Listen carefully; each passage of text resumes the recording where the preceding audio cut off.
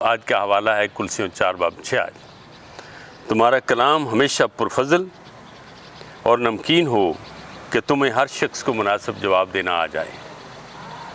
میرے عزیزو، زبان کا عمل دخل ہماری بشارت میں، زندگی میں بہت اہم ہے۔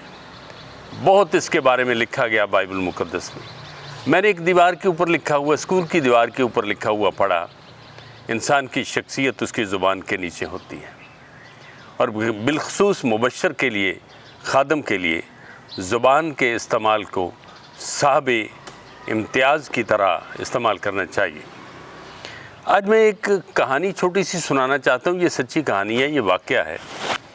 ہمارے ہاں ایک سیمینار کیا گیا، اور اس سیمینار میں ایک ایسے شخص کو ٹیچنگ کے لیے بلایا گیا جو اساتذہ کے قدموں میں نہیں بیٹھا تھا، مگر وہ اپنے چرچ کا، اپنے مشن کا وہ ہیڈ تھا۔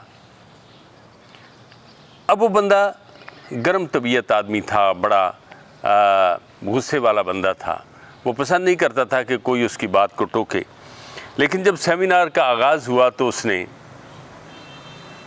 عوام کے اوپر، تقریباً 30-35 لوگ جمع تھے، اسے نہیں پتا تھا کہ یہاں کتنے پڑھے لکھے لوگ بیٹھے ہوئے ہیں۔ اس نے ان کے اوپر طنز کرنا، تنقید کرنا شروع کر دی۔ ان کو وہ تنقید کر کے خوش ہوتا تھا، لیکن لوگ اس کو خاموشی کے ساتھ سنتے رہے۔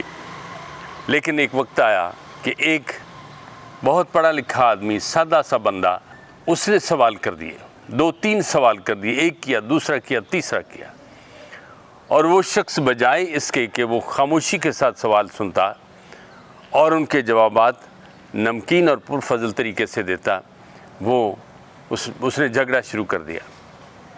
سیمینار ختم ہوا اور وہ کھانا کھائے بغیر ہی نکل گیا۔ وہ اپنی یادیں ہمارے پاس چھوڑ گیا اور ہماری یادیں وہ اپنے ساتھ لے گیا۔ کہہ گیا کہ میں آئندہ اس شہر میں کبھی نہیں آؤں گا۔ میرے عزیزو، دیکھیے، نمکین اور پرفضل گفتگو کرنا، یہ دوستیاں پیدا کرنا ہے۔ اس میں 2 باتیں آپ ہمیشہ یاد رکھیں۔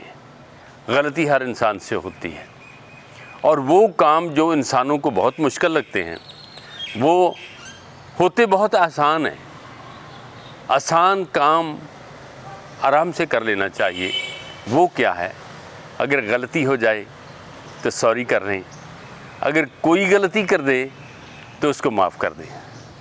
اس سے دوستی بڑھتی ہے، محبت بڑھتی ہے، دشمن ہار جاتا ہے، دشمن کے ہتھیار زمین پر گر جاتے ہیں۔